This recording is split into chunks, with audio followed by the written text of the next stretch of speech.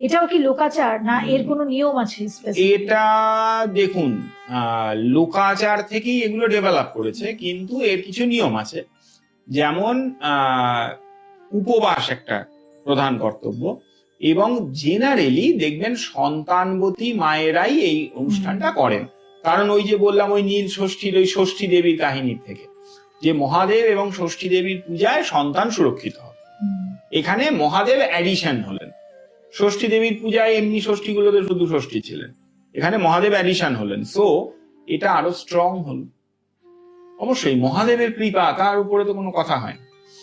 তো এইবারে এর নিয়ম হচ্ছে সন্ধ্যাবেলায় দীপদান করে, মহাদেবের মন্দিরে দীপদান করেই এই ব্রত শেষ হবে।